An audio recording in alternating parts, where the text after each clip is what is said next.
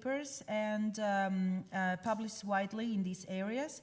And her latest research has focused on underexplored forms of dubbing, such as cyber dubbing, fan dubbing, parodic dubbing, and automatic dubbing. Meanwhile, Alejandro Bolaños is Associate Professor in Audiovisual Translation, also at University College London, UK, where he teaches audiovisual translation at the Centre for Translation Studies. He is a senior fellow of the Higher Education Academy, as well as a member and chartered linguistic of the Chartered Institute Linguistics.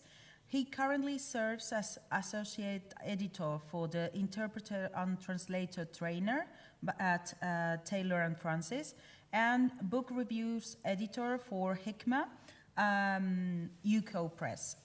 He's co-editor of Inclusion, Diversity and Innovation in Translation Education by UCL Press 2024. And his first research monograph is entitled Practices, Education and Technology in Audiovisual Translation by Routledge in 2024. So the floor is yours. Which one of you is presenting? Please let us know if you have any technical issues. Okay, thank you. Thank you very much. I hope you can all hear me okay. I also hope we don't have any issues, because there's a few videos that we want to show you today. So hopefully you can see me and you can, let's see. Can you hear me? Can you see my screen? Yes, perfect. Okay? Try going to the second slide to check everything is in order. Yeah? Yes, works perfectly. Thank you. Excellent. So first of all, thank you very much for the invitation, especially to Juanpe, with whom we've been in direct contact. So our talk today is about AI, which, as you know, has been surrounded by a lot of hype, and especially we want to focus on audiovisual translation mode that has not in the past been so affected by technology, but things are changing, so we're going to be talking about automatic dubbing. I'll be doing the first part of the presentation, and then my colleague Alejandro will take over. So in this presentation, we will be talking about what is automatic dubbing, so we'll give you a clear definition of what it is, then we'll be looking at recent implementations and developments, and we'll be looking at challenges, mainly from the point of view of this ABT mode, what makes dubbing specific, and what are the challenges when it comes to automating the dubbing workflow. Of course, because we're talking about AI, we're going to be dealing with ethical issues, and then we'll look briefly into some future prospects. So what is automatic dubbing? Automatic dubbing is the combination of 3 different technologies. So we have automatic speech recognition, we have machine translation, and then text-to-speech technologies. And the aim is to automatically replace the audio track of an original audiovisual text with synthetic speech in a different language. And what makes automatic dubbing here different to other types of speech-to-speech translation is that we are taking into consideration relevant synchronies. So if you look at articles written by computational linguists or within natural language processing, you will see that they refer to automatic dubbing as a type of speech-to-speech translation, like automatic interpreting. But what makes dubbing different, as we all know, is like the fact that we're translating an audiovisual text, of course, and the fact that we need to comply with some synchronies depending on the type of program we are translating. So here you can see like the 3 technologies. So if we think of a text in like original English, we will use automatic speech recognition to transcribe that speech into the source language, into English. Then we will translate that transcribed text automatically into, for example, Spanish, and then whether we're using neural machine translation or large language models, for example, but the fact is that we are translating automatically, and then that translated text, that empty output, is going to be converted into speech. Okay, so we wanted to show you this example of automatic dubbing from a company called Aptech. So here, as you can see on the clip, it refers to the three technologies: transcribe, we have analyze in the middle, translate, and synthesize. Okay, so I'm going to play it. You will see how they show a video being automatically dubbed. You have the original in English, and then there's a section in German and in Spanish. So let's have a play. Hopefully you can hear it.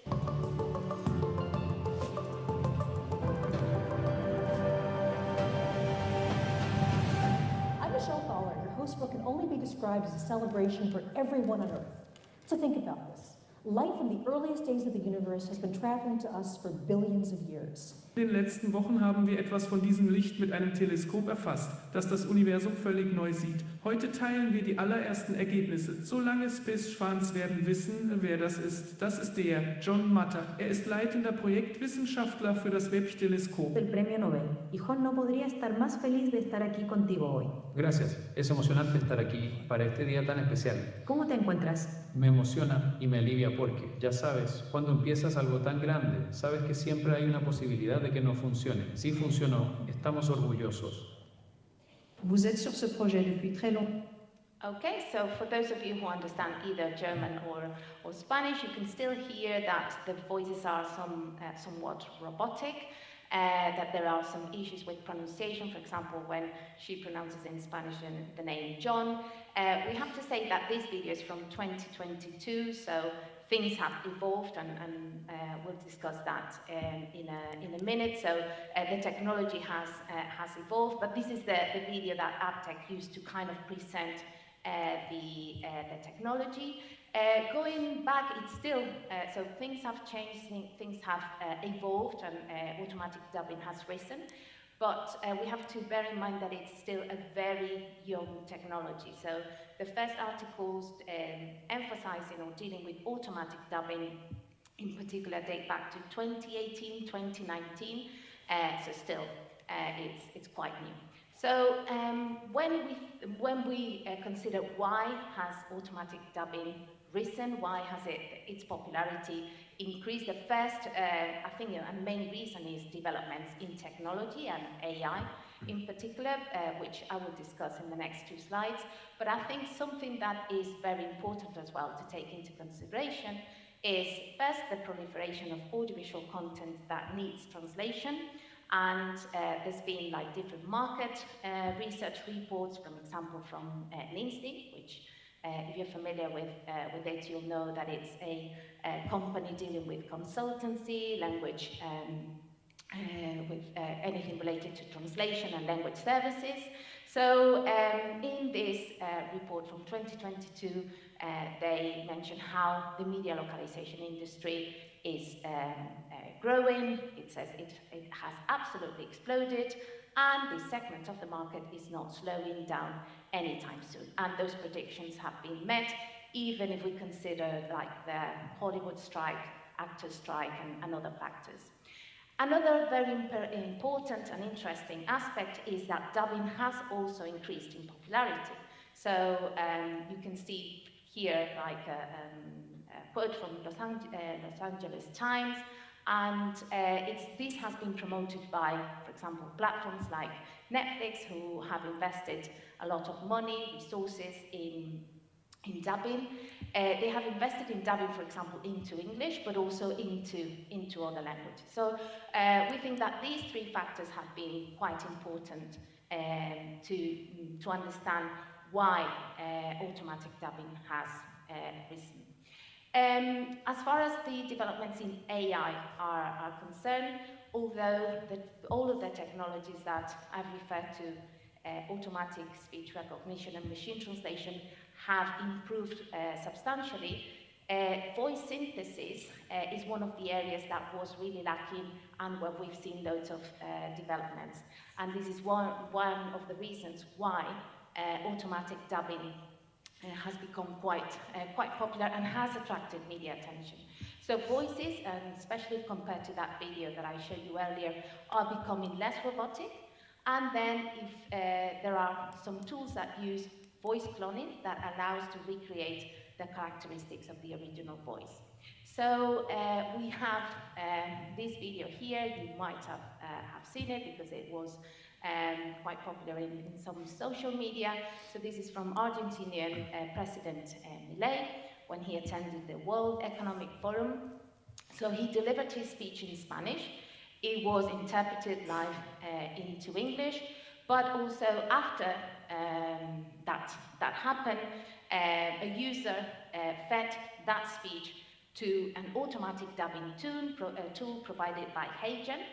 And we can see here how voice cloning has been used. So I would like you to pay attention to the voice output. First, a sentence in the original Spanish, and then how it was dubbed automatically into English, and maybe if you can pay attention as well to the mouth. Oops. Let me try again. Buenas tardes, muchas gracias. Hoy estoy acá para decirles que Occidente está en peligro. Today I am present to inform you that the Western world is facing a significant threat. It is in danger.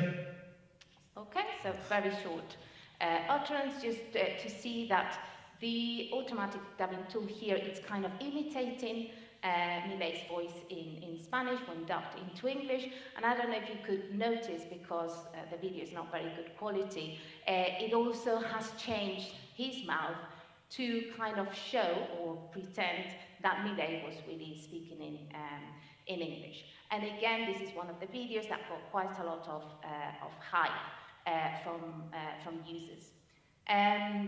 So what is happening here is what is referred to as visual adaptation. So AI is also being used to manipulate the mouth of characters on screen to ensure that the mouth movements match the translation provided. So this is something that is done by translators and adapters in dubbing, that it's a very time-consuming activity that tends to involve a lot of creativity. But here what technology is doing, some providers are doing now, changing the mouth so that any text will kind of work within reason, of course. Another company that has been working with this is Flawless, and they have a system called TrueSync, and they argue that it was the world's first system that uses AI to create perfectly lip-sync visualizations in multiple languages. They also use this for censorship purposes. So in this video that I'm going to show you, you can see that the original is saying fucking, and then they modify the image to kind of remove completely the dialogue, and then to replace that fucking for a freaking, and then they replace it with a Japanese, and later on with the Spanish version. So let's play it. Now we're stuck on this stupid tower in the middle of nowhere, and I don't blame you, and now we're stuck on this stupid freaking tower in the middle of freaking nowhere. And it's all my fault.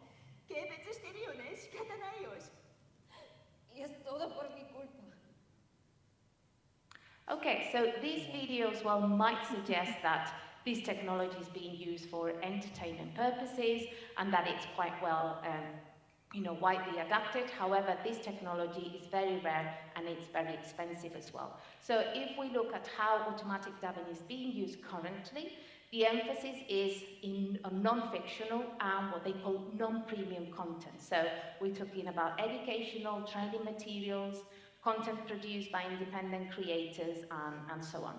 A distinction that we also need to make is whether this is used for full automation or whether humans are incorporated in the process. And we can see different approaches. So one of the approaches that was implemented around 2021 was Google developed this tool called Aloud, and it made it available to a handful of YouTubers to kind of translate automatically. Of course, they could integrate a human in the loop, but most of those YouTubers couldn't speak any languages. That's why they couldn't provide dubbing into other languages. So in most cases, this was like full automatic dubbing, of course, with loads of issues from a quality point of view. This tool has been improved, and very recently it was announced that hundreds of thousands of YouTube creators were going to gain access to AI dubbing for free in this case. However, there are different approaches, and one example that we wanted to show as well is this company, Papercup, that they, for example, have dubbed loads of videos from Jamie Oliver, and what they say is that what they do is AI dubbing with a human touch. So they integrate that the human in the loop at every stage of the 3 different technologies that I've mentioned. And I'll pass on to Alejandro now.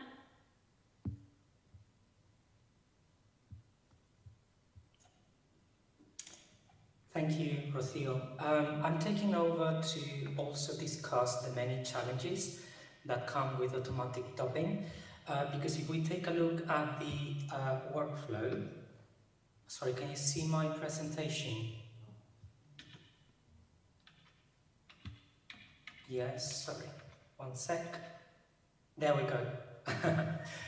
So with automatic dubbing come many different challenges. And as Rocio mentioned, there are 3 main technologies. So each technology poses different challenges. When we're using ASR and we're transcribing, well, the technology is transcribing the text, some of the main challenges include misrecognition, so things like homophones, acronyms, proper nouns and names, etc., but also difficulty recognizing oral speech, things like slang and also different accents. Especially non-native accents. Sometimes the technology could even make up content. This is well known as hallucinations in AI lingo. And more importantly, in our sector, in audiovisual translation, transcription tools are currently unable to recognize text on screen. So all of that information will not be transcribed. So you might imagine that all of these issues are moved on to the translation process, because obviously this is an automatic workflow. So when it comes to applying say a neural machine translation engine, on top of those transcription issues, we've got several meaning-related problems that could be caused by homonyms. There are inaccuracies, and there are many studies on this front, and with different languages performing differently. There might be issues with register and mismatches, especially when it comes to naturalness and orality, of which there might be a patent lack. But again, there's an inability from the engine to consider the interaction of the audio and the visual information. So things like kinetics will be not considered by the engine.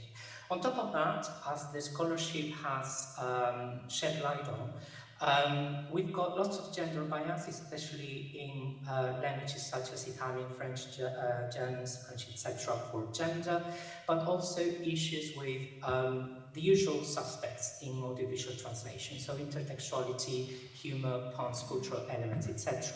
So the cascading effect of all of these issues will then be transferred to the voicing phase, which might include also issues with lip sync, just like Rocio mentioned in her example, issues with isochrony, so start and end times, but then again we've got the problem with robotic voices and this lack of emotion or orality. Last but not least, pronunciation of different names and acronyms could also be misleading. So let me just show you one example. One is from an example of an educational material. Just like Rocio said, automatic dubbing is currently being used for this type of materials. And the first one in English reads as follows. For example, you know those really adorable seals that you see on calendars? They have this fluffy white hair. They're actually called a herp.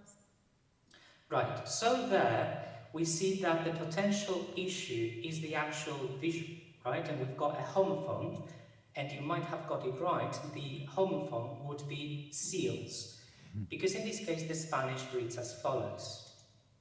Por ejemplo, ¿conoces esos sellos realmente adorables que ve en los calendarios? Tienen este pelo blanco esponjoso. So I'll not be discussing the actual switch in the formal and informal style, but I'm more concerned about the visual element, which is of course mistranslated by the machine. It has not been picked up by the system because again, it's not able to recognize this visual input.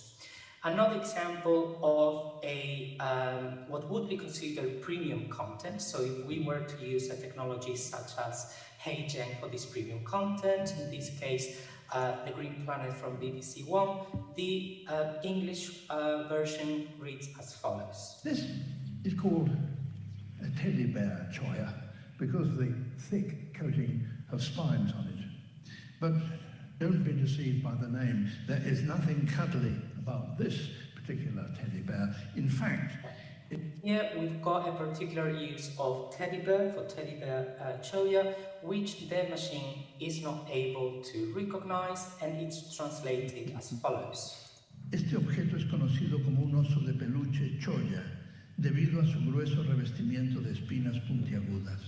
No te dejes engañar. Este oso de peluche no es tierno en absoluto, a pesar del nombre.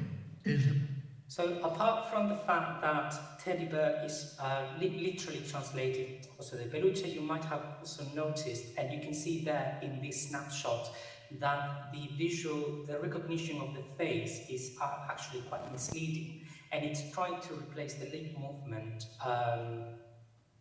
quite inaccurately, but they use the voice cloning effect. The problem is that, of course, this teddy bear, this sort of way in which David Attenborough refers to this plant is not common in Spanish. So this brings us to the fact that machine-generated translations are but hypotheses. And this is what has led us and the industry to talk about this buzzword, post-editing, which has previously been considered or named as linguistic janitorial work. And why do colleagues say it's linguistic janitorial work? Just like this tweet reads in Spanish, right? Dile tú a la empresa de limpieza que les vas a pagar menos porque pasaste la rumba ayer. Y ellos simplemente van a poseditar el suelo. Ya verás lo que te contesta. This comes from the fact that translation is considered a commodity. That is a product that is up to bargaining, something that you can negotiate the price of constantly so that you can get a better deal. And this is why post-editing has come into place and has been enforced by many companies in their workflows. Of course, many associations have rebelled against post-editing, the likes of ABTE, but also the Spanish Association of Audiovisual Translators and Adapters have produced statements against post-editing, also on augmented translation and why augmented translation should be discussed in ethical terms. And the latest addition from ABTE has been a statement on generative artificial intelligence. So some of the ethical issues that we need to consider in automatic dubbing would be what is good enough? What are the privacy risks? What about intellectual property rights? And what are the biases that AI is perpetuating nowadays? These are questions that are asked by Lambert in his book on ethics in translation studies, which would apply to any kind of use of automation technology. But in the case of automatic dubbing, we would also add something to the pot, and that would be the fact that we are using synthetical voices. So all of these voice cloning, all of these artificial voices add another layer of ethical discussions, and some companies such as Papercup have recently announced the ways in which they deal with these voices. And one example is the statement that you can see on the screen, which reads, "Our voices will only be used fairly, never beyond the agreed upon scope of the project," yada, yada, yada. So they are basically acting upon this ethical dilemma. So what next in terms of automatic dubbing? If we take a look at the tools themselves, we see that they continue and will continue to disrupt workflows and our very interaction with language. They should improve translators' working conditions, but the reality is that they often do not, and that's why associations have produced statements. Translation companies are currently pricing quality as per human involvement, just like what Rocío said about premium and non-premium content. Companies are also pricing quality in terms of how much human labor is involved. So offering packages in the usual bronze, silver, gold packages system. Companies will continue to integrate AI with existing tools. They are incorporating it with their existing tools, but also into their workflows, so that AI is automatically used at some point to produce, say, templates, for instance, which means that we translation scholars and educators, we just need to be aware of what is happening. We need to be aware of the new realities of the industry, of the world of work, and we, of course, must revisit translation professional skills as a consequence of this ever-expanding usage of technology. But more importantly, we would like to argue that we need to reflect on what audiences think. And this is why reception studies and perception studies, for that matter, are particularly important for us to ascertain whether these tools are doing a good job or not. We would like to close this paper by saying, by echoing these words by Rodríguez de Céspedes and Daiwa Mason. They said, human intelligence and thinking will set our future translators apart and will guarantee the role in the future of the profession. I think this quotation encapsulates very well what we think about automatic dubbing. These are some of the references in case you want to read a bit more about automatic dubbing. Thank you so very much for listening. And now the question is over to you. What do you think? Is this a hype or is this a hope? Thank you very much for listening.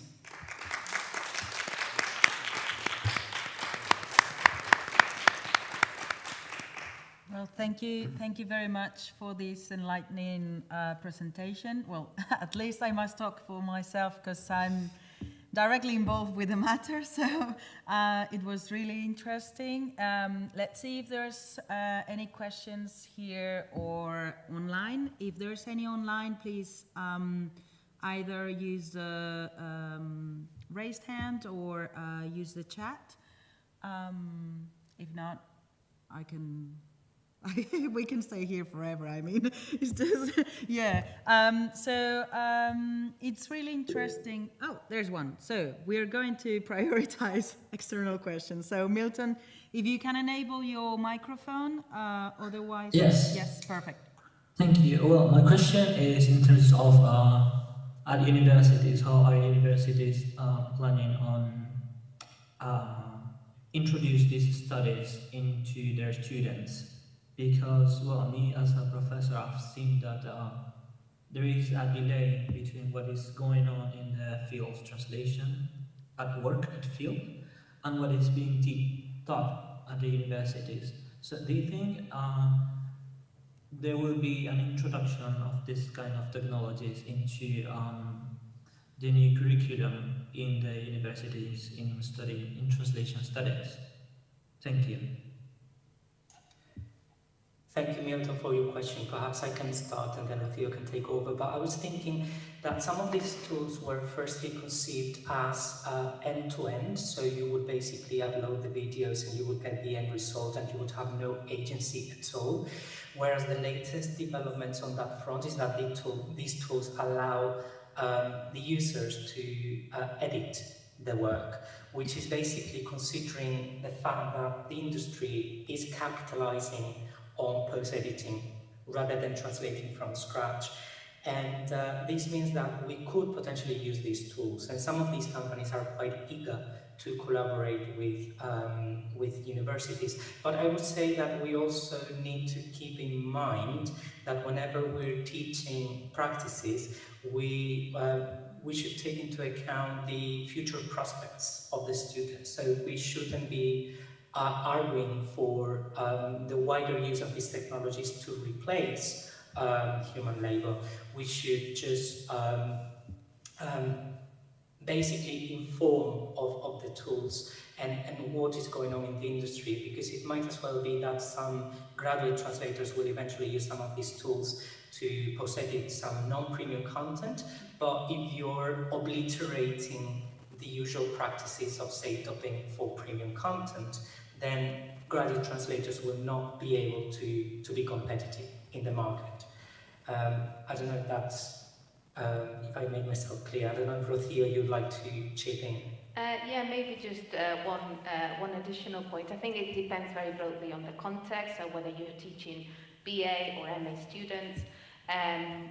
The university, as we all know, have loads of limitations on changing the curriculum. In our case, we teach at master's level. We have quite a lot of flexibility to introduce these things, and our master's is called Masters in Translation and Technology. But still, we always take an approach. I think, first of all, we need to consider things like what are the learning outcomes of the masters. So do we teach students how to translate? Do we teach students how to post-edit? Can we do both? In our masters as well, we have the flexibility of letting students do their own dissertations, and some students decide to explore these topics then. But I think because this field changes so quickly, I think the main thing is keeping abreast and also trying to identify those hypes. Because I think, it's quite normal to, AI, and then panic, and do we need to change our curriculum, or, are we going to, we want to have students so I think, we need to be calm, we need to see what is really necessary, and how can we kind of merge everything together, which is not easy. So, I know it's not a direct answer because it depends on the context, but yeah, that's my point of view. Thank you. That's actually what I was thinking about. That maybe there's just a course on new technologies that can be taught for students, not only in adaptation and post-editing, but other tools like for dubbing, like Trados and so on, that could be used. Yeah, I think And we also need to find yes. the best place to do so, but also considering, whether we can do that, whether that's one of our aims. I think we cannot just close our eyes as well and pretend the technology is not there, because it is. So, yeah. Thank you, Milton. Any other Thank you. questions in the room? No? Then I'll go very quickly with mine, because I don't want to overlap with Elias. So it is kind of a mixed question. So feel free not to ask it to answer it fully, because it can go to a lengthy answer. So I was wondering, given that Centras has a collaboration with Netflix, and you mentioned Netflix's venture into dubbing into English.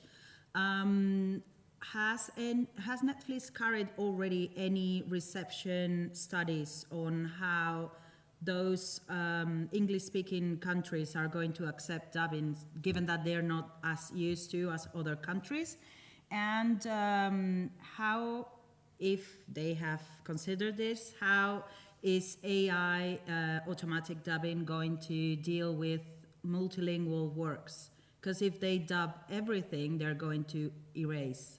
So, I mean, the AI is going to fully understand any language that it's thrown at it. So, I don't know, just letting in the question. Yeah. I mean, we work with Netflix for this particular project, but I'm afraid, Netflix has loads of NDAs, and there's loads of information that is clearly not available to us. Can you hear me? Yes. Yeah. Okay. Yes, It just went. So I think the only question that I can really answer is when you ask, have they done studies into dubbing? Yes, they have done the market research. It took a long time for them to share it, because I think they are, even though they're one of the companies that are more transparent and the guidelines are available online, there's loads of information online, they are, they keep all the material. Like it's all quite confidential. But one of the things that they did show is that they did market research focus groups where they asked people, do you prefer subtitling, do you prefer dubbing?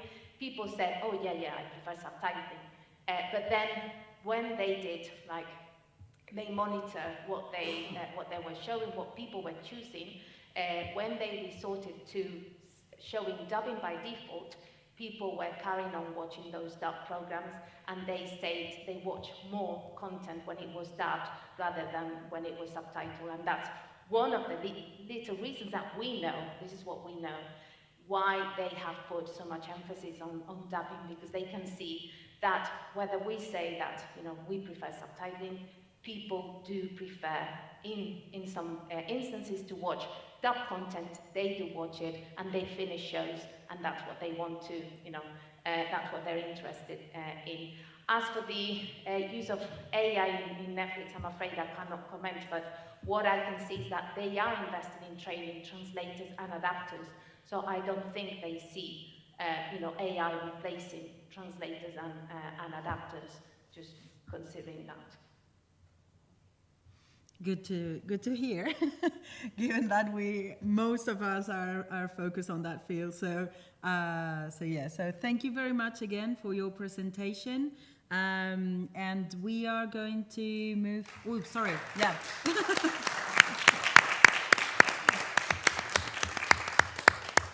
So we are now going to move to Olaya Luque's presentation titled.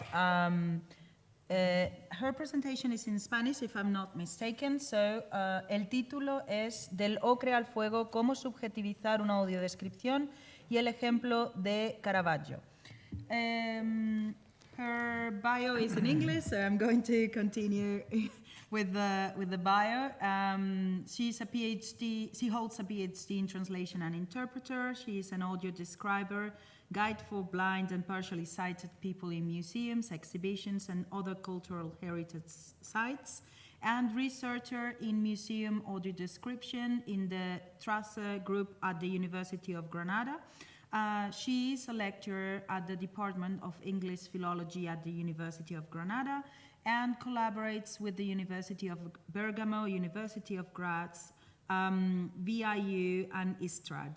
After graduating and completing a research master's degree in translation and interpreting, also at that university, she was awarded with a Talentia grant by the Andalusian regional government at Imperial College and several London museums, where she researched their audio description programs and accessible tools and other internationalization grants in the USA.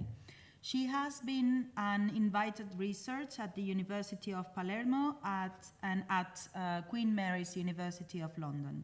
She is president of the association Kaleidoscope Access, which promotes culture for all, and has developed projects in museums such as the National Archaeological Museum and the Sorolla Museum in Madrid, the Iberian Museum in Jaén, and the Caja Granada Memoria de Andalucía, and also the Alhambra in Granada. So without further ado, Olaya, the floor is yours. You can try your presentation and we will let you know if everything shows properly. And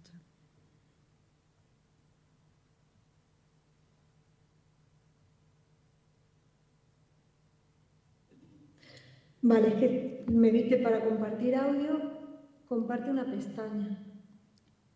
Si le das a compartir todo, hay menos probabilidades de que algo no funcione. Pero si no compartes, eso es, toda la pantalla, y así cuando hagas pantalla completa se verá todo en la presentación. Vale, a ver. Sí. Está cargando, ¿vale? Y ahora abre tu presentación y pantalla completa. ¿Bien? Perfecto. Prueba, eso es, perfecto. Se ve estupendo. ¿El audio? Sí.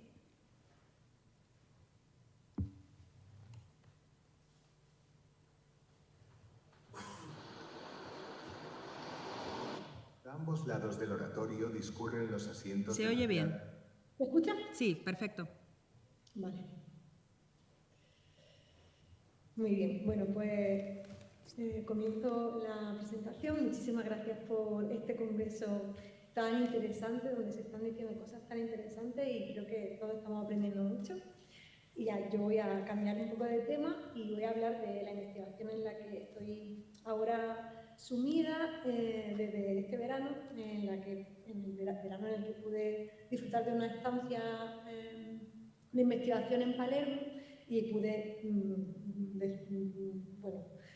dedicar todo mi tiempo a analizar y a estudiar a Caravaggio y cómo la audiodescripción puede servir para acercarnos a este maestro de las metáforas y los colores.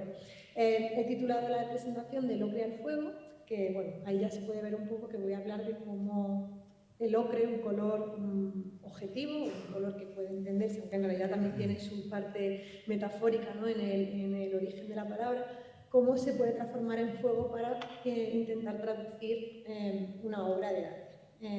Y bueno, he intentado incluir la idea de la subjetivización, que siempre es lo que, bueno, yo que me dedico a la parte de audiodescripción más creativa y más subjetiva, pues siempre estamos intentando ver cómo poder darle la importancia que tiene también a la subjetividad y la creatividad en las directrices, que no está muy presente, pero también en la investigación y en la acción en los museos, donde se hace de verdad la audiodescripción. Voy a hablar un poco de la base de la idea de subjetivizar o hablar de la creatividad en el arte y cómo se transforma también en la audiodescripción, de dónde viene la parte de la importancia de la metáfora, de la parte de mi tesis. Voy a hablar de Caravaggio, de cómo se ha llevado a cabo este proyecto y bueno, hablaré de las herramientas que he creado, basándome obviamente en otras investigaciones, para esa idea de la subjetivización. Sobre todo voy a centrarme en las herramientas relacionadas con la metáfora y luego os mostraré algunas conclusiones. Bueno, la creatividad en las artes visuales se une también a la idea que desde que la audiodescripción empezó a investigarse, nació con la idea de algo subjetivo o algo objetivo. Pero no solo por esa parte tenemos que centrarnos en que la creatividad y la subjetividad es importante e interesante en la audiodescripción, sino también por la idea y la importancia de la creatividad en las artes visuales. En realidad, en la creatividad, en los últimos años sí que está cambiando, pero no se ha dado la importancia o la atención que el arte en sí necesitaría y la audiodescripción como parte del arte pues también necesitaría. Y sí que es verdad que la experiencia estética en los programas de educación artística es la base de esos programas. Es muy importante, tanto en los programas que se realizan en museos como en los programas que se realizan en la parte más educativa, la experiencia estética, la experiencia que las personas tenemos cuando vemos una obra de arte es muy importante y sin embargo en la audiodescripción se había dejado un poco de lado. ¿Qué significa que la experiencia estética sea necesaria y sea importante? Significa que la creatividad tiene que estar presente. Es muy importante la participación y el diálogo con las personas individuales. En nuestro caso, pues se suma también muchísimo más la importancia de hablar y de tratar con personas ciegas o con baja visión, y la idea también del arte como algo transformador, como algo que puede cambiar no solo vidas, si nos ponemos tan filosóficos, pero que puede cambiar la experiencia social de una persona en muchísimos ámbitos. Hay que tener en cuenta también que hay muchos perfiles cuando las personas ciegas o con baja visión acceden al arte, y de ahí la importancia de poder crear diferentes materiales más adaptados, o al menos que puedan ser seleccionados o que puedan probarse como con diferentes perfiles, y sobre todo la importancia finalmente de una experiencia multisensorial, que eso ya no solo en el ámbito de la accesibilidad, sino en el ámbito de la museología actual está totalmente integrado, y entonces creo que es pues, importante que lo tengamos también nosotras en cuenta como investigadoras en audiodescripción. Parto un poco de cómo nace esa investigación en metáfora, de la importancia de la metáfora en la audiodescripción, y bueno, todo esto es la base de mi tesis y es el análisis de las audiodescripciones de estos 4 museos en Reino Unido y en Estados Unidos, que luego yo, gracias a mi trabajo también fuera de la universidad, he podido llevar a cabo en museos pues como algunos de los que ha dicho Irene, pero también pues, bueno, estos que he puesto aquí son imágenes de la Alhambra, del Museo Sorolla en Madrid, del Museo Caja Granada en Granada y del Museo Ibero en Jaén, donde ya no solo ha sido una investigación para ver el uso de la metáfora, sino también una investigación-acción en la que se ha intentado con mis compañeras integrar la metáfora como parte importante dentro de la audiodescripción. Pero, ¿por qué la metáfora es importante? Bueno, aquí he puesto simplemente un par de diapositivas que muestran cómo el porcentaje metafórico en general de el porcentaje de metáforas que podemos encontrar en estos diferentes tipos de textos. En textos académicos, textos periodísticos, textos, novela, ficción, y luego en conversación, como veis, pues es muy alta. Destaca, por ejemplo, en los textos académicos, y entonces ahí podemos ver el uso de la metáfora como con un fin didáctico.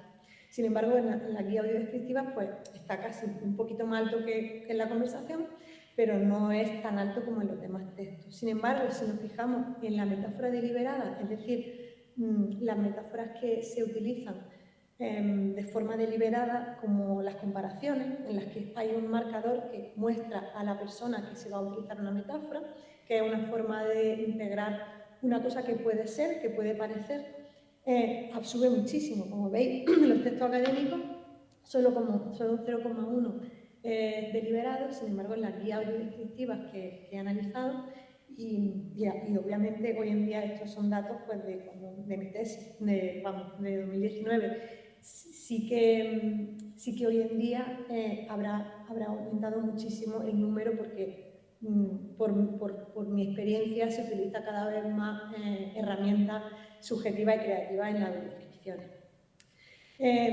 Bueno, mi trabajo en esta investigación fue con esta obra, que es una obra que es bastante llamativa, porque es una obra que fue robada por la mafia en el año 69 en Palermo, en un oratorio.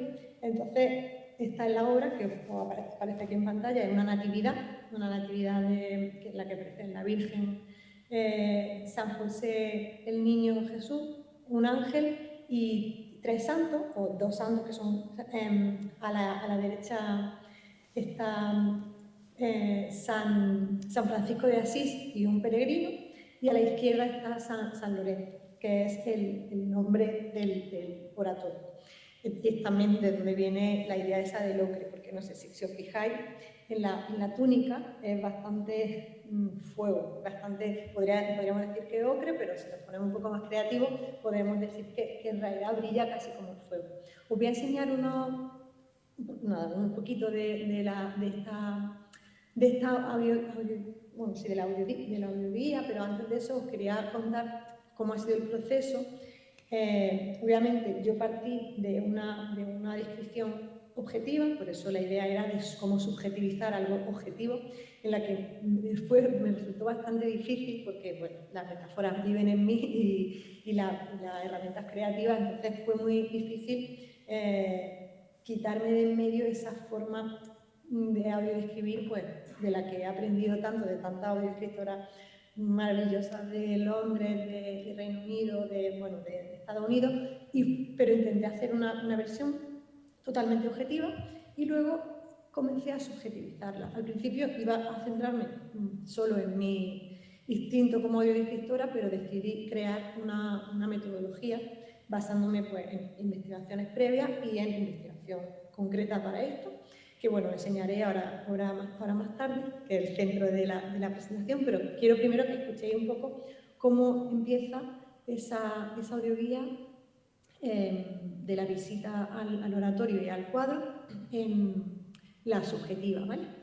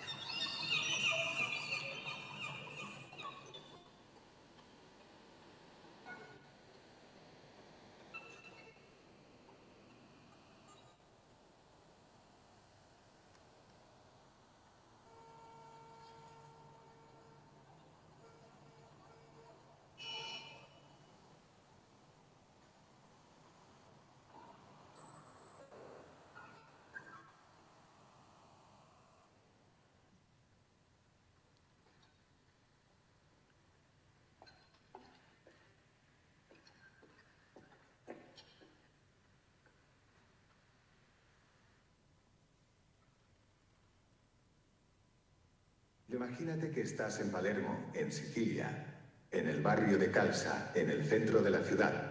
Este barrio es una de las zonas históricas más importantes. Bueno, voy a poner un poco más de la parte de la audiodescripción. Las paredes es de unos 10 metros. A lo largo de toda la nave hay unas 20 sillas negras rodeando el espacio. La parte superior de las paredes está cubierta por estucos y esculturas de color blanco. El estuco es un material duro y frío al tacto, que parece piedra esculpida pero con una superficie más suave. Da la impresión de ser un gran espacio hecho de nubes o de merengue y parece que las formas flotan sobre nosotros. Las esculturas son obra del artista siciliano Giacomo Serpota, con la ayuda de... Bueno, os quería enseñar, habéis visto que si habéis estado en Palermo, en alguna ciudad, en alguna ciudad de Sicilia, es totalmente como, bueno, yo me quería imaginar un poco cómo llegas desde el cielo, ¿no? Y empiezas pues a entrar en el caos de la ciudad hasta que te metes por uno de los callejones y llegas al oratorio. Y luego, bueno, justo ha llegado una parte de las metáforas que más le gustaron, porque luego os contaré que también hicimos unas pruebas con personas ciegas allí. Y la parte del merengue, yo creo que no sé si era por la hora o algo, pero le gustó mucho a la gente y es verdad que ahora después os enseñaré un ejemplo de cómo es de la imagen, ¿vale?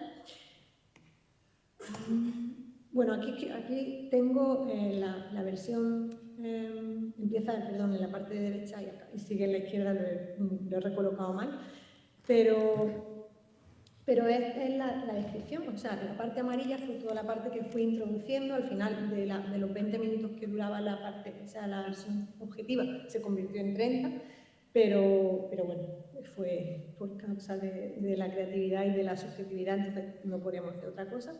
Y bueno, como veis, pues están aparte de los sonidos que habéis escuchado, también pues la parte de la introducción de esas herramientas que subjetivizan, ¿no? Pues, por ejemplo, pues desde la idea de cómo compartir las emociones, ¿no? Mira hacia arriba, hacia algo que parece llamar su atención y que descubriremos luego, es algo que yo no había introducido en la parte subjetiva, porque es totalmente subjetivo, o por ejemplo, que la Virgen se está tocando el vientre probablemente sobre, o sea, su vientre dolorido tras el parto. Son ideas que, bueno, no tienen nada que ver con la metáfora, pero también son formas de introducir creatividad. Bueno, ahora enseñaré algunos ejemplos más. Estas son todas las herramientas que creé para subjetivizar una obra de arte, que están, como ya os digo, basada en otras investigaciones, algunas llevadas a cabo por mi compañera Silvia Soler, pero también otras pues, de otros profesionales de la biodescripción, o incluso algunas que no se ha comentado o aún no se ha explorado en la biodescripción, pues de las técnicas de educación artística. Y bueno, como veis, pues son muchas, pero yo solo voy a enseñar hoy las que están relacionadas con la metáfora, que son las metáforas y comparaciones visuales, las metáforas y comparaciones sensoriales más relacionadas con la sensología, la sinestesia, el uso de la música para traducir imágenes, que también está relacionado con la sinestesia, la descripción de olores o sabores y la descripción del tacto. Dentro de las metáforas y comparaciones visuales, bueno, aquí he puesto la definición, que es uso de imágenes mentales que comparan aspectos de la obra con elementos visuales familiares para el espectador, para así facilitar una comprensión visual de la obra. Y os pongo un ejemplo, que en realidad está relacionada también con una referencia cultural o una referencia externa, ¿no? Una referencia a una persona externa, que es en este caso este historiador, que habló del niño Jesús en la obra como si fuera la concha de una coquina, y se utiliza para describir, pues describir la soledad, ¿no? O simplemente la apariencia del niño en el cuadro.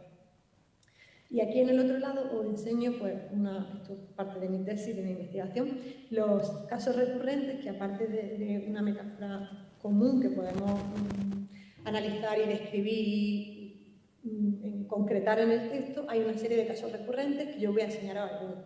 Estos son, bueno, hay muchos, pero yo os traigo algunos. Uno de ellos es la personificación, en la que en este caso el sol se convierte en un ser animado y choca contra la tela y muestra así su calidez y su potencia. Entonces, eso sirve para describir lo visual de la capa de San Lorenzo. También tenemos la referencia cultural, en la que, bueno, aquí en realidad es negando una referencia cultural, pero es totalmente un tipo de metáfora que es la negación de algo para imaginarlo, que dice: no se parece a los niños Jesús a los que estamos acostumbrados, para que la idea que podemos tener o el espectador puede tener de niño Jesús desaparezca para imaginar algo nuevo. También tenemos la metáfora o caso recurrente de opcionalidad, que dice, esa es lo que os he enseñado por casualidad en el audio, da la impresión de ser un gran espacio hecho de nubes o de merengue y parece que las formas flotan sobre nosotros. Como veis, es bastante visual, ¿no? La idea de que normalmente los oratorios son mucho más oscuros, los oratorios barrocos de Palermo pues son negros, dorados, y este es blanco totalmente, y la verdad es que llama mucho la atención. Y esa imagen le gustó muchísimo a la gente que vino a la visita que hicimos. También existe el doble marcador, que es la idea de utilizar dos o varias imágenes mentales que comparan aspectos de la obra con elementos visuales familiares. Normalmente se hace para facilitar la comprensión, para dar más libertad de imaginación. Entonces aquí se dice, tiene el pelo corto y muy claro, de San José, que brilla casi como si fuera hielo, gracias a la luz intensa que baña la parte izquierda de su cuerpo. Entonces, el doble marcador está como que brilla, no se dice como hielo, sino como si fuera hielo. En realidad, se hace como más hincapié en que es una metáfora deliberada y es una metáfora que puede ser opcional, que puedes tú utilizarla o no, que no es algo realmente así. Simplemente puede ser. Y la siguiente, bueno, serían las metáforas sensoriales o sensologías, que sería cuando se introducen pues, referencias no visuales.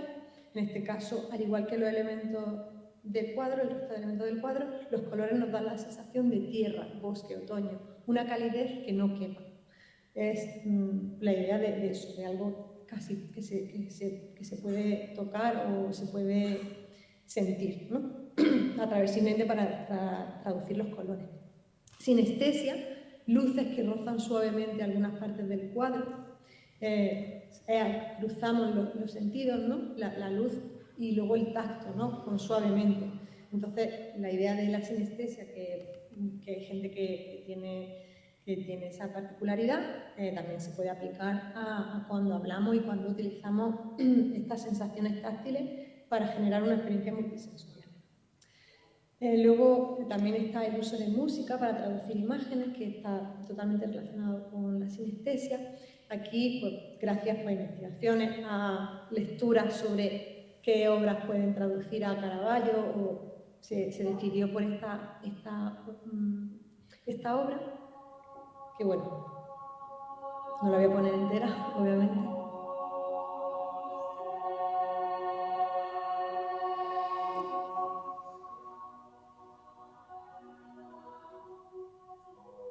Pero bueno, podéis escucharla, es muy bonita.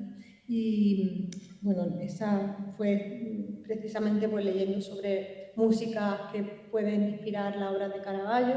En un congreso sobre sinestesia pude tener la suerte de poder seleccionarla. Luego tenemos otra técnica, ya vamos terminando con las técnicas, que traduce los elementos visuales a descripciones olfativas o gustativas. Por ejemplo, ¿qué nos podemos imaginar en la obra, ¿no? En la Natividad, pues se habla de son dos, he puesto dos ejemplos. El olor del jazmín, que cuelga por el enrejado que rodea el patio, una ola de aroma dulce que rodea, estés o no estés ahí, se hace la mención a ese olor que puede ser el que esté, tanto por los objetos que hay como por la sensación o por las imágenes. Y luego la siguiente sería, ¿veis? Dice, ¿qué olores os evoca el cuadro? Casi podemos oler la humedad de la cueva, de la paja fría, de las telas gruesas de los mantos y los trajes. La presencia del buey nos trae a la memoria un olor no tan agradable, pero que relacionamos con esta escena, el olor a estiércol. ¿Qué otro olor os evoca el cuadro a vosotros? Esa sería la idea de introducir olores, ¿no? Como para traducir la imagen. Y luego igual, pero con la descripción del tacto, ¿no? Y esto pues, también he puesto justo al ejemplo de los colores que no quemaban, y entonces aquí volvemos a la túnica de San Lorenzo, y en este caso, aunque habíamos dicho que los colores no quemaban, en este caso es diferente, porque la túnica religiosa del santo brilla tanto con la luz que baña algunas partes del cuadro que parece fuego. Y luego la siguiente, pues bueno, era la parte que os he enseñado antes de la sinestesia. Pero veis, la capa ha dado mucho juego porque sí que es verdad que destaca muchísimo en la obra. Aquí os quería enseñar simplemente unas imágenes de cómo fue la visita de prueba que hicimos con un grupo de ciegos italianos. Está también ahí Alessandra Rizzo, que fue la profesora que me acogió en Palermo, en la estancia, y bueno, también veis ahí un pequeño un diagrama que también con el que complementamos la visita. Pero en realidad el proyecto está casi empezando porque ahora mismo estoy realizando la idea principal, que es la comparación entre las descripciones objetivas y la descripción subjetiva. Con 6 talleres, con grupos de discusión, haciendo lo mismo que hemos hecho, con Silvia Soler en los últimos años, con un proyecto que se llama ICREA, en el que hemos analizado estilos minoritarios creativos y subjetivos de audiodescripción, y ahora pues justo la semana que viene y la siguiente tenemos los talleres. Si a alguien le interesa también estar presente en el taller o le interesa también, por favor, que me lo diga, que yo encantada. Van a ser grupos de 4 o 5 personas. Tenemos por ahora agendado el de inglés, el de español y el de italiano todavía no. Como habéis visto, bueno, la voz es sintética, no es tan buena como otras aplicaciones, pero fue la que nos pudo resultar más sencilla para poder tener entre esas 3 variedades de la lengua, que fuera español de España, inglés de Reino Unido, italiano, creo que solo había una versión, pero que necesitábamos que fuera la misma voz, la misma cadencia, el mismo tono, todo, la misma calidad. Entonces pues nos decidimos por Google Cloud y es con el que hemos hecho las descripciones. Pero aparte de ese trabajo en marcha, todo apunta a la necesidad de que se lleven a cabo estudios de recepción adecuados, no estudios de recepción en los que se pasa una lista de preguntas simplemente para ver si le ha gustado la descripción o no, sino grupos de discusión que le den más la mano a lo que se está haciendo en educación artística, porque creo que tenemos que mirar hacia allí para darnos cuenta, y bueno, ya lo están haciendo también muchísimas investigadoras también, por ejemplo, en la Universidad de Westminster, y creo que es hacia donde tenemos que dirigirnos. Y también creo que es necesario, bueno, sí, todavía nos importa la directriz a alguien, pero sí que es verdad que podríamos intentar, si no cambiar las directrices, porque bueno, ahí están, sí que sería interesante crear más documentos de trabajo. Yo espero poder publicar pronto algo sobre esto con toda la clasificación, porque creo que es muy importante tener ejemplos y ver cómo se puede audiodescribir de diferentes formas. Y por último, darle la importancia que tiene al lenguaje metafórico como técnica de creatividad en audiodescripción y como técnica en general de audiodescripción. Muchas gracias, que os dejo a Carballo con un ramo de fruta y flores, y cualquier duda me podéis preguntar en el correo. Muchas gracias.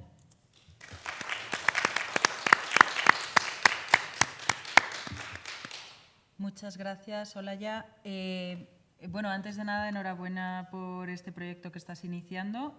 Comentabas que va a haber talleres próximamente. Si quieres dejar la información en el chat para que alguno de los asistentes que pudiera estar participando, o sea, que en este evento pueda participar en esos talleres si hay espacio, que a lo mismo ya los tenéis con overbooking. Sí. Pues sí. No, que me escriban y yo ya les comento, porque a ver, Eso los es. talleres serían como yo voy a estar también, simplemente observando las conversaciones entre los usuarios. Pero vamos, yo por mí, perfecto, si alguien quiere. Sí, más que nada para eso, para aclarar cómo podrían, quien quiera saber más de los talleres, cómo puede contactar. Así que nada, simplemente que contacten directamente contigo.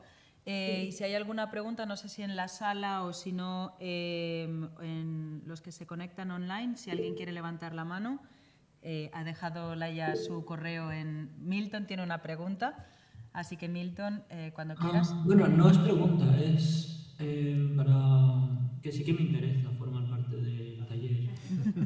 ¿Cómo podría hacerlo? ¿O qué requisitos hay? Sí, no, o sea, sería simplemente, bueno, no sé si tú eres ciego. No.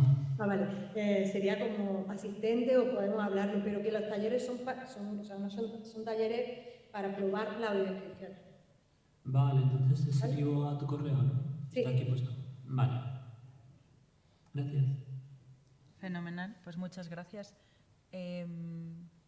Aquí en sala parece que no hay preguntas en sala.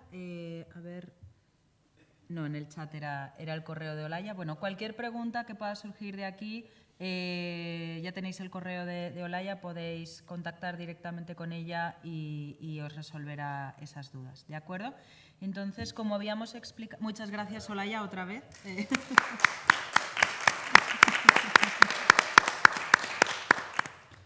Como habíamos mencionado al iniciar esta sección, ayer hubo una cancelación de la ponencia de Adam Schembri, que no va a poder realizarla, con lo cual vamos a utilizar este hueco para la reunión que no se pudo realizar ayer por problemas de conexión de Abraham Pérez. Nos ha mandado su presentación grabada, con lo cual voy a empezar leyendo su biografía brevemente y procederemos a reproducir los vídeos, ¿de acuerdo? Entonces, Abraham Pérez Cerrada es licenciado en Educación Especial, doctorando en Ciencias de la Educación, profesor de Traducción e Interpretación de Lengua de Señas Cubana, traductor e intérprete de Lengua de Señas Cubanas, y se ha desempeñado en diversos ámbitos de desempeño profesional relacionados con la interpretación en contextos comunitarios, la interpretación de conferencias y la traducción de audiovisuales. Es jefe del Departamento de Traducción e Interpretación de Lengua de Señas Cubana y guía e interpretación de personas sordociegas del Centro Nacional de Superación y Desarrollo de la Persona Sorda. También es profesor del Técnico Superior en Interpretación de Lengua de Señas Cubana de la Facultad de Lenguas Extranjeras de la Universidad de La Habana, vicepresidente de la Asociación Cubana de Traductores e Intérpretes y, como parte de su actividad científica, dirige el Grupo de Investigación de la Traducción y la Interpretación de Lengua de Señas Cubana y la Guía e Interpretación de Personas Sordociegas. Es miembro de los proyectos Perfeccionamiento de la Superación de Formaciones y de Traductores e Intérpretes Profesionales y de Fundamentos Teóricos y Metodológicos de la Lengua de Señas Cubana, además de Educación Inclusiva de las Personas Sordas desde los Contactos Lingüísticos e Interculturales, por la Universidad de Ciencias Pedagógicas Enrique José Barona. Así que vamos a iniciar la reproducción de los vídeos. Un segundo. Hola a todos, me alegra. Perdón, porque tenía que abrir primero el vídeo para poder presentaros. Así que en un segundito vais a poder verlo. Tener la oportunidad de estar acá con ustedes, al menos desde la virtualidad, y poder compartirles pues, parte de lo que hemos estado haciendo en Cuba para contribuir al desarrollo de la accesibilidad a la información por parte de las personas sordas. Quiero agradecerle a los organizadores del evento, también a todos los que de una manera u otra han estado trabajando para contribuir a que se pueda desarrollar de la manera que ha estado ocurriendo y para que de esta forma pues, podamos tener un intercambio de saberes productivo. Sin más, el objetivo de la presentación es fundamentalmente demostrar o mostrarles, como decía anteriormente, qué se ha estado haciendo en Cuba en los últimos años en relación con la accesibilidad a los medios audiovisuales por parte de las personas sordas. La accesibilidad equitativa a la información en los medios audiovisuales. Partiendo de aquí, pues... ¿Se escucha mejor ahora? Digamos, abordaré un poco algunos de los referentes que hemos tenido en este campo, cuáles son las líneas en las que hemos estado trabajando y concluiré con algunas de las, algunos de los avances que hemos tenido y las perspectivas que tenemos para el futuro. Bueno, desde el año 1978 que surgió la asociación. Claro, tendría que salir aquí en la pantalla. Sí, pero no, se comparte mi pantalla entera. Por favor, ¿alguien desde el chat podría confirmar si se está viendo y escuchando el vídeo? Sí que se veía, pero no se escuchaba nada bien. ¿Se escucha mejor desde que subí el volumen? ¿O no? Ahora mismo no se escucha, está la pantalla en modo infinito. No, ahora mismo está parado, es para hacer la consulta. Ah, vale, vale. Vale, bueno, como tenéis el audio activado, si alguno puede confirmarnos si se oye bien desde casa mientras lo esté reproduciendo, voy a ello. La Asociación Nacional de Sordos de Cuba, ANSOC, pues entre sus objetivos se planteó la necesidad de contribuir al desarrollo cultural, al desarrollo deportivo, académico de sus miembros. Y siempre entre, la asociación se contó con personas que contribuían a romper las barreras de comunicación, fundamentalmente familiares de personas sordas. Ya para el año 1982 se da el primer reconocimiento oficial de esta figura, de este intérprete, que pues en aquel tiempo era reconocido como intérprete mímico y gestual para sordos mudos. Bueno, eso nos deja ver un poco la visión que se tenía de las personas sordas y por tanto de las funciones de esta nueva figura. En el año 1983 que instituye la plaza, y es interesante que desde fecha tan temprana, pues en el ámbito televisivo se comienza a implementar el servicio de interpretación en esta lengua. De manera muy discreta, era solo un espacio muy breve en un noticiario matutino que se emitía de lunes a domingo, en el que se pues hacía un resumen de las principales noticias. Pero bueno, fueron los comienzos. Ya posteriormente, a finales de la década, surge otro espacio que se conoció durante muchos años como Noticiero ANSOC. Era un espacio de 13 minutos de duración. Actualmente tiene otro nombre, pero se mantiene. Se emite a las 4 de la tarde y presenta un resumen de las principales noticias emitidas en los demás noticiarios. Para el año 2000, inicios de los 2000, pues algún que otro programa muy puntualmente contaba con estos servicios, pero no fue hasta el año 2019 que queda establecida de manera, digamos, continua la interpretación en lengua de señas cubana en la emisión estelar del Noticiero Nacional de la Televisión. También en un programa previo que de lunes a viernes trata temáticas relacionadas con ciencia, historia, política. Y de esta manera pues continuaron ampliándose los servicios. Ya para el 2020, justo durante y a causa de la pandemia de COVID-19, se plantea la necesidad de incrementar los servicios de interpretación, ahora extendiéndolos hasta el noticiero de mediodía con 1 hora de duración de lunes a domingo y las conferencias de prensa que se emitían diariamente en la mañana.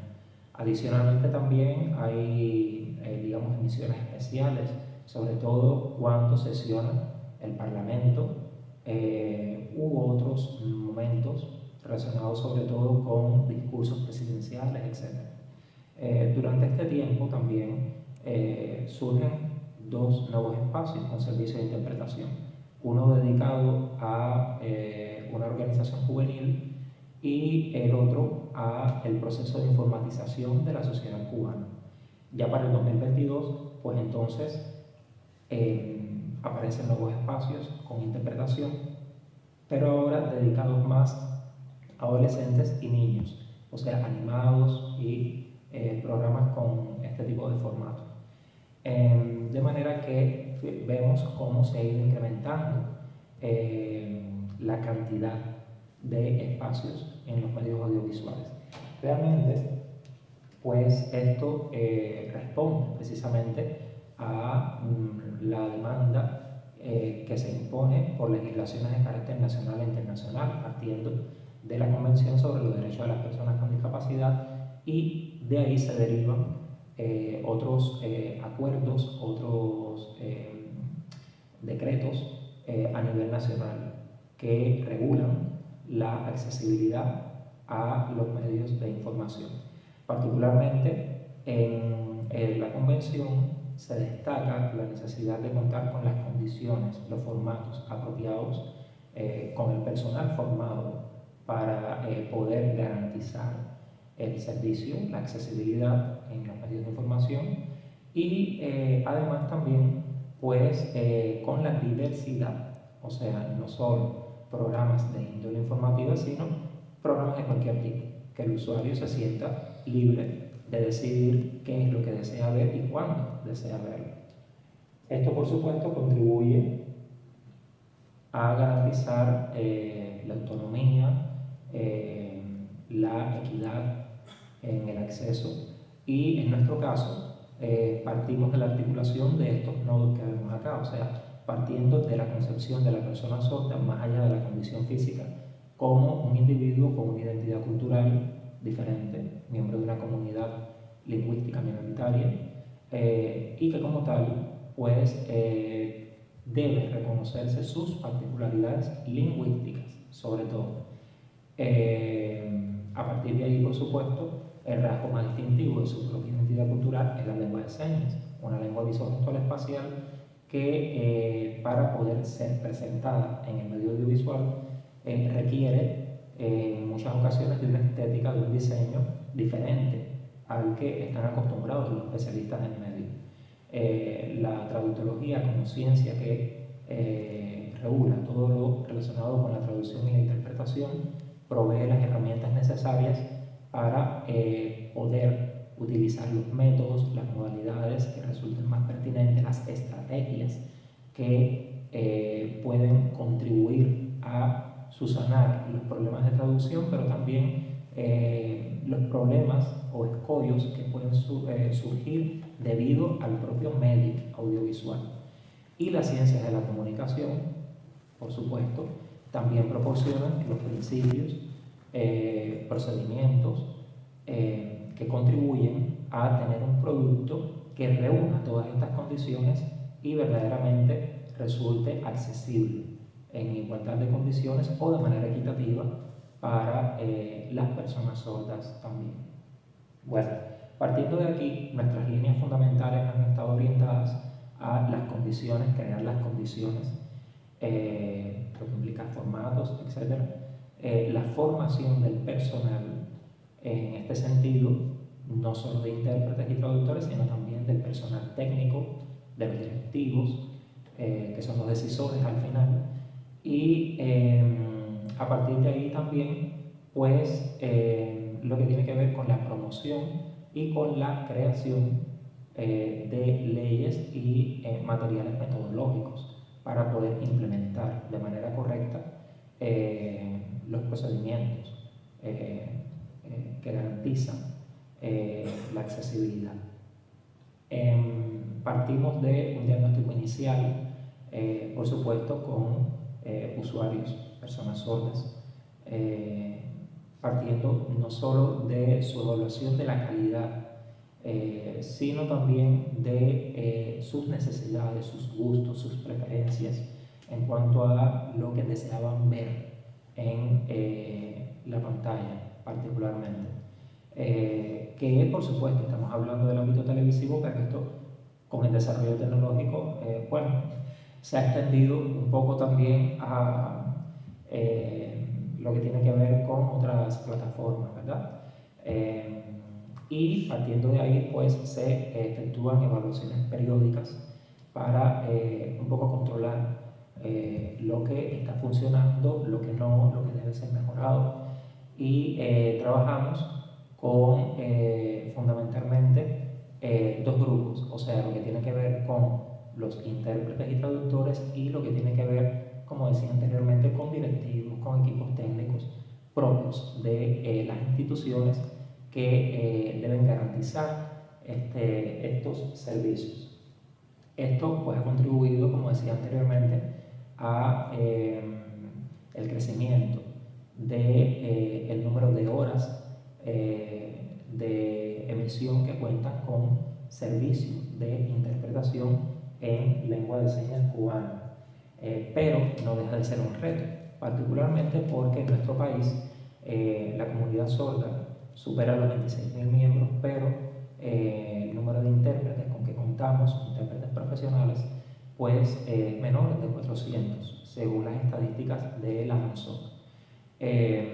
Buena parte de ellos trabajan en el ámbito educativo y fundamentalmente los que trabajan en el ámbito televisivo forman parte también o prestan servicio en la Asociación de Sordos, lo que significa que no se dedican solo a la interpretación en los medios audiovisuales, sino que además del trabajo que hacen, digamos, prestando servicios jurídicos, médicos y de otro tipo, deben prestar servicio en la televisión.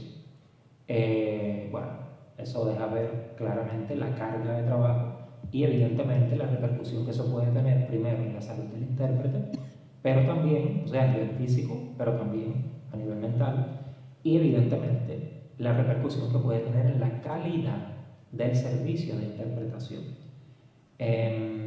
Bueno, esto deja ver que se requieren normativas que garanticen o respalden el buen proceder para garantizar, repito, primero la salud del intérprete, pero luego la calidad del servicio.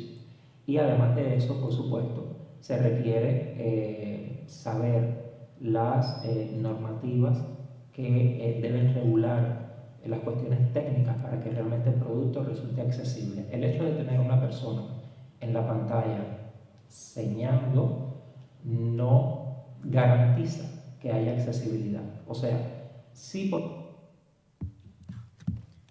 Continuamos con la segunda mitad del vídeo, un segundín. Luego, la calidad del servicio. Y además de eso, por supuesto, se requiere saber las normativas que deben regular las cuestiones técnicas para que realmente el producto resulte accesible. El hecho de tener una persona en la pantalla señalando no garantiza que haya accesibilidad. O sea, si por ejemplo la persona no está usando la lengua correctamente o no está interpretando correctamente, pues la accesibilidad a la información se ve truncada. Lo mismo sucede si el servicio de interpretación tiene una calidad óptima, pero es tan pequeño que no se puede leer. Y entonces, pues, no podríamos hablar de una accesibilidad equitativa, ¿verdad? En este caso. Por supuesto, además de esto, hay otras cuestiones que deben tenerse en cuenta. relacionadas, por ejemplo, con, digamos, la variedad en el número de, digamos, de productos, en este caso, no solo informativos, sino también, digamos, infantiles, digamos, novelas, series que también son de interés de las personas sordas. Además de eso, pues hay que tener en cuenta que la interpretación en el ámbito televisivo es difícil, particularmente porque impone retos que no se tienen en otros ámbitos. O sea, la propia diversidad discursiva del medio, las tipologías que se utilizan, el propio medio, estar frente a una cámara impone un reto adicional y se necesitan ciertas condiciones adicionales que no todos los intérpretes poseen. O sea, podemos tener un intérprete que sea muy bueno en otro ámbito, pero no para el ámbito televisivo. Lo que requiere no solo las aptitudes, sino entrenar a ese intérprete para este ámbito en específico.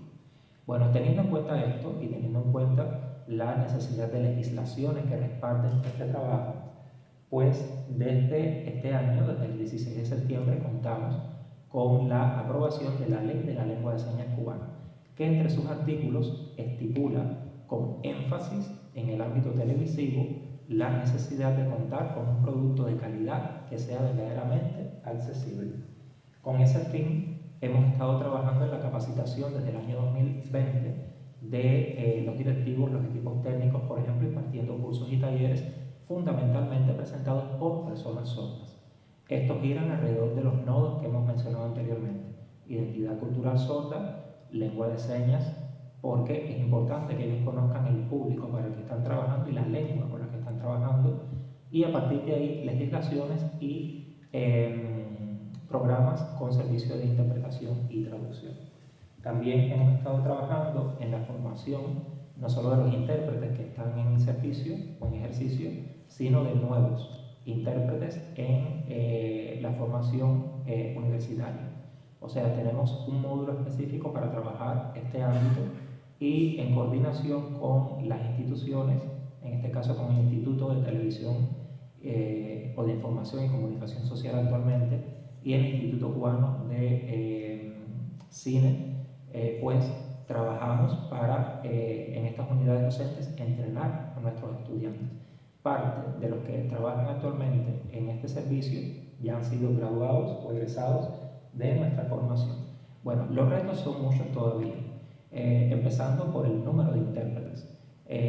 La cantidad de servicios aumenta, pero necesitamos que aumente también el número de intérpretes.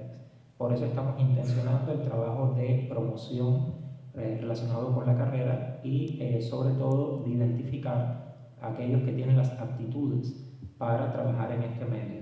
Además, estamos trabajando también en otras direcciones relacionadas con los directivos y con las legislaciones que garanticen sobre todo el procedimiento metodológico que se debe seguir en programas específicos. No es lo mismo un producto, por ejemplo, para niños o jóvenes que, digamos, un programa deportivo o un noticiero. Y hay condiciones específicas que deben tener en cuenta los equipos técnicos.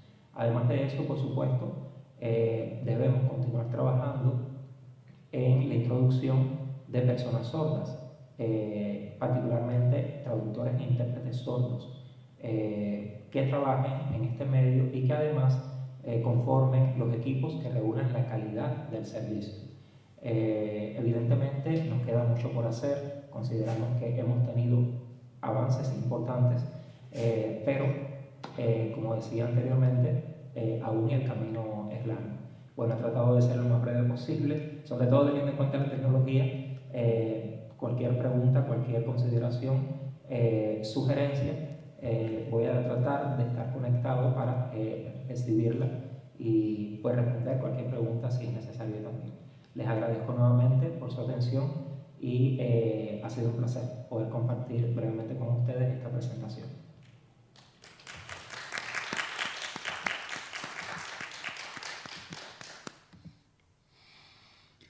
Bueno, pues esa era la presentación.